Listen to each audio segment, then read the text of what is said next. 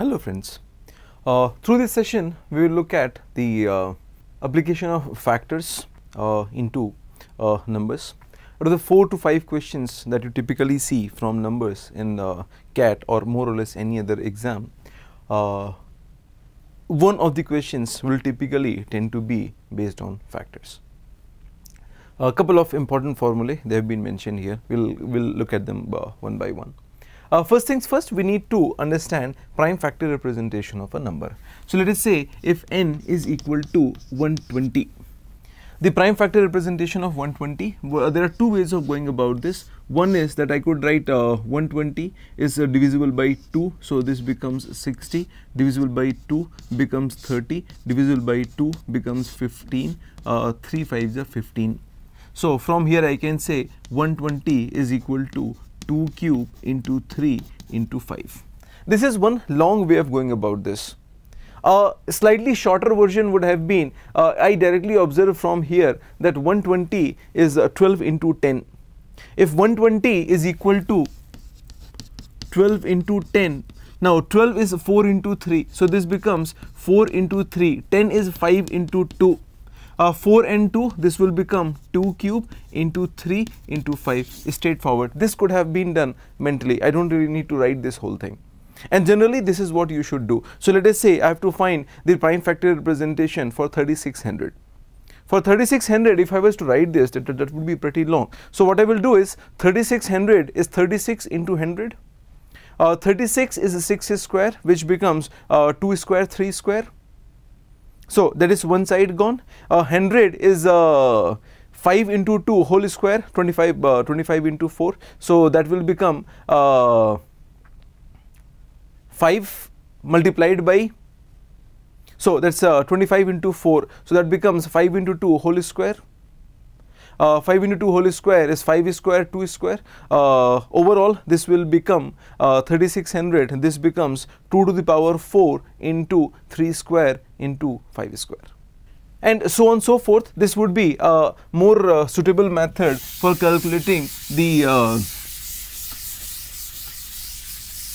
factors as compared to the normal long method. Wherever applicable, we should use this. So now that's about the prime factor representation. Number 2, if a number n can be represented as a to the power p into b to the power q into c to the power r, then the number of factors is p plus 1 into q plus 1 into r plus 1.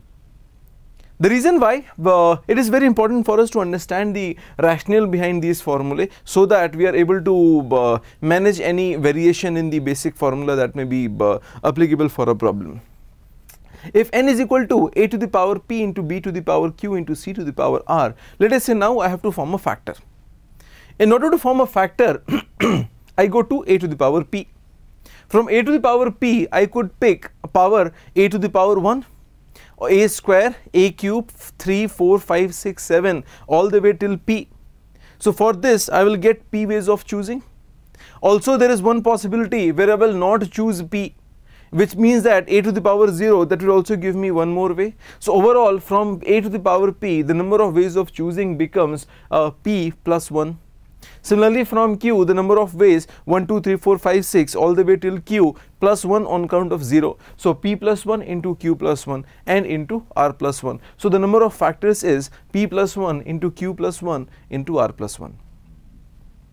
That's one. The second formula, the number of ways of expressing n as a product of two factors. If I am looking at the number of ways of expressing n as a product of two factors, what that means is, let us say for example I am looking at 120. 120 is equal to, again 12 into 10, 12 is 2 into 3, so this will become 2 into 3 into 3 into 5. Number of factors is equal to 3 plus 1, 4 into 2 is equal to 16. If I am to express 120 as a product of two factors, it can be written as 120 into 1, can be written as 60 into 2, can be written as 40 into 3, can be written as 24 into 5. Before that it can also be written as 30 into 4, can be written as 24 into 5, can be written as 20 into 6 can be written as 15 into 8 can be written as 12 into 10. So overall number of ways 1, 2, 3, 4, 5, 6, 7, 8, 8 to the 16 factors. So the number of ways of expressing 120 as a product of two factors is 16 upon 2, 8.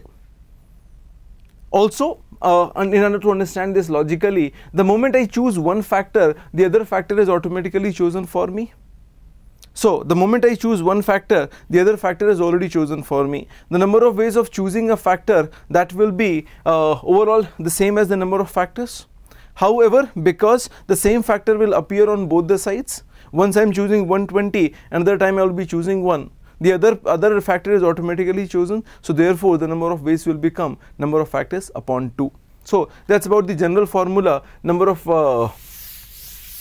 ways of expressing n as a product of two factors is number of factors upon 2. In this, there will be an exception when the number is a perfect square.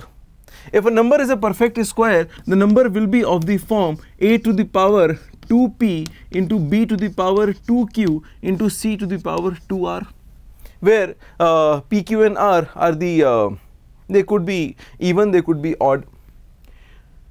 Now if I look at the number of factors for a perfect square, that will be 2p plus 1 into 2q plus 1 into 2r plus 1, which are all going to be odd numbers. If they are all going to be odd numbers, the product of odd numbers is odd, the number of factors is odd. If I do odd number upon 2, that will be decimal. Definitely the number of ways of writing of expressing a number as a two factors, it cannot be a decimal. There cannot be 3.5 ways of going about something. So it is either 3 or it is 4. The reason why we have this discrepancy is because let us say if I am looking at square of 36, the number of ways of expressing 36 as a product of two factors, 36 can be written as 6 into 6. So now whether I consider 6 into 6 or I don't consider 6 into 6, when I counted the number of factors, 6 was counted only once. So therefore, if 6 into 6 can be considered, then I do a number of factors plus 1 upon 2. If 6 into 6 may not be considered, number of factors minus 1 upon 2. And that is where you get this these two formulae, plus 1 upon 2 in case the factors are not necessarily distinct. If the factors are necessarily distinct, then minus 1 upon 2. Finally, the formula for the sum of the factors is this is the formula for the sum of a GP, a to the power p plus 1 minus 1 upon a minus 1. Similarly, GP for b, b to the power q plus 1 minus 1 upon b minus 1, c to the power r plus 1 minus 1 upon c minus 1. So that gives us the sum of the factors. Some more formulae on the same. If n equals to a to the power p, b to the power q, c to the power r, formula 4, number of prime factors of n is count of a comma b comma c. The funda is that if I am looking at a prime factor of n, it will obviously be only a, b or c. The moment I combine two or more quantities, that will become a composite number. So it is very simply the count of a, b, c. So that's n. That's n, that is generally expressed as n. E, number of ways of writing n as a product of two coprimes. If I am looking at the number of ways of expressing n as a product of two coprimes, let us say I am choosing my first factor that will appear in this number of ways of writing n as a product of two coprimes. For the first factor, a to the power p, b to the power q, c to the power r, let us say I am looking at a to the power p. I cannot take a to the power p in parts. So let us say I am looking at 2 to the power 4. I will either take entire 2 to the power 4 or I will leave in the entire number. I cannot pick 2 to the power 1 and 2 to the power 3 on the other side, 2 square and 2 square on the other side, because the moment I break it, the two numbers, they will not remain coprime. So therefore, either I will take a to the power p or I will not take a to the power p. Similarly, either take b to the power q or do not take b to the power q. Either take c to the power r or do not take c to the power r. For each of the terms, there are two ways of going about this. So therefore, the total number of ways becomes 2 to the power n. However, every time I pick up one side of the 2 factors, the other side is automatically chosen for me. So therefore 2 to the power n upon 2, so that's 2 to the power n minus 1. The number of ways of writing n as a product of 2 co-primes is 2 to the power n minus 1. The next one, number of co-primes to n that are less than n. What this means is, let's say if my number is 36, I am looking for the number of numbers from 1 to 36 that are co-prime to 36. So we can write from here 1, 2 will be divisible by this, 2, 3, 4, 5, 5, 6, 7, 8, 9, 10, 11, 12, 13, 14, 15, 15, 16, 17, 18, 19, so 17, 18, 19, 13 and 23, then 11 and 25, 7 and 29, 5 and 31, 1 and 35. So these are all the numbers that are co-prime to 36. So the number of co-primes to 36, that is 1, 2, 3, 4, 5, 6, 7, 8, 9, 10, 11 and 12. 12 numbers are there which do not have a common factor with 36. So those are co-primes to n. The general formula for this is n into 1 minus 1 by a into 1 minus 1 by b into 1 minus 1 by c. Lastly, the sum of the co-primes that are less than n, and that would be n by 2 into phi of n. As you can observe from here, if there are phi of n factors and phi of n numbers that are less than n and not divisible by 8, each pair will give me the same number 36. So 1 plus 35 is 36, 5 plus 31 is 36, 7 plus 29 is 36, 11 plus 25 is 36, 13, 23, 36, 17, 19 is also 36. So because each pair will give me the same sum, the number of pairs is n by 2, phi of n by 2, I'm sorry. So the number of pairs is phi of n by 2. Number of pairs multiplied by the sum of each pair gives me the overall sum. So n by 2 into phi of n is the sum of the co-primes. Example 1, let's say a number n is equal to 2 to the power 9 into 3 to the power 7 into 7 to the power 8 into 10 square. What is the number of factors? A through G. So these are the 7 questions that we have in front of us. The first thing to, one very automatic instinct that comes to us is that if I am looking at the number of factors, I have just remembered the formula. The number of factors is p plus 1 into q plus 1 into r plus 1. So I'll immediately 9 plus 1 into 7 plus 1 into 8 plus 1 into 2 plus 1, that will be my answer. That would be incorrect. That's incorrect because the number has to be first expressed in its prime factor format. Here if you observe, there is a 10. 10 is not a prime number. Because 10 is not a prime number, n is as of now not in its prime factor representation. So first things first, we need to express n in its prime factor representation. So n would be equal to 10 square is 5 square, 2 square. So this will become 2 to the power 11 into 3 to the power 7 into 5 square into 7 to the power 8. So this is my n. This n is not in its prime factor representation format. Now yes, I would be able to apply the formula. Number of factors will be 11 plus 1 into 7 plus 1 into 2 plus 1 into 8 plus 1.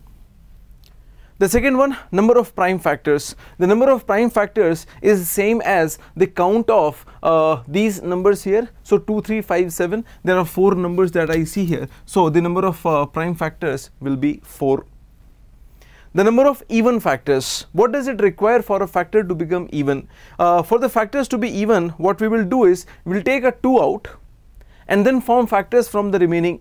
Whatever factor you form, ultimately I will multiply it by 2. And if I multiply it by 2, it will become an even number. So therefore, if I take a 2 out, what I am left with is 2 to the power 10 into 3 to the power 7, 5 square, 7 to the power 8. So the number of factors will be 10 plus 1 into 7 plus 1 into 2 plus 1 into 8 plus 1. The number of odd factors, if a factor does not have a 2, then it will be odd. So I take out the 2, form factors from the remaining. So this will be 7 plus 1 into 2 plus 1 into 8 plus 1.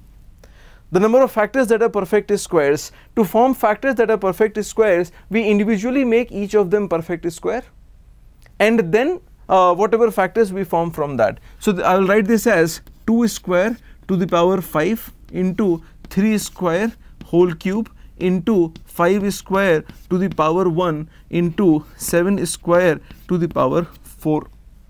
Whatever odd portion remains from this, we will ignore that. Now whatever combination I take from this using this standard formula for p plus 1, q plus 1, r plus 1, that will be a perfect square. So the number of ways will be 5 plus 1 into 3 plus 1 into 1 plus 1 into 4 plus 1. So that's our answer. Next one, number of factors divisible by 12. For a factor to be divisible by 12, what do I require? The factor is 12 is 12 into 4 into 3. So let me take a 2 square into 3 out, and I am left with 2 to the power 9 into 3 to the power 6 into 5 square into 7 to the power 8. Now whatever factor I form from here, that factor will ultimately be multiplied by 12. That way it will become a multiple of 12. So the number of factors which I can form from here, 9 plus 1 into 6 plus 1 into 2 plus 1 into 8 plus 1. That will be my answer. And lastly, number of factors divisible by 12 but not by 24.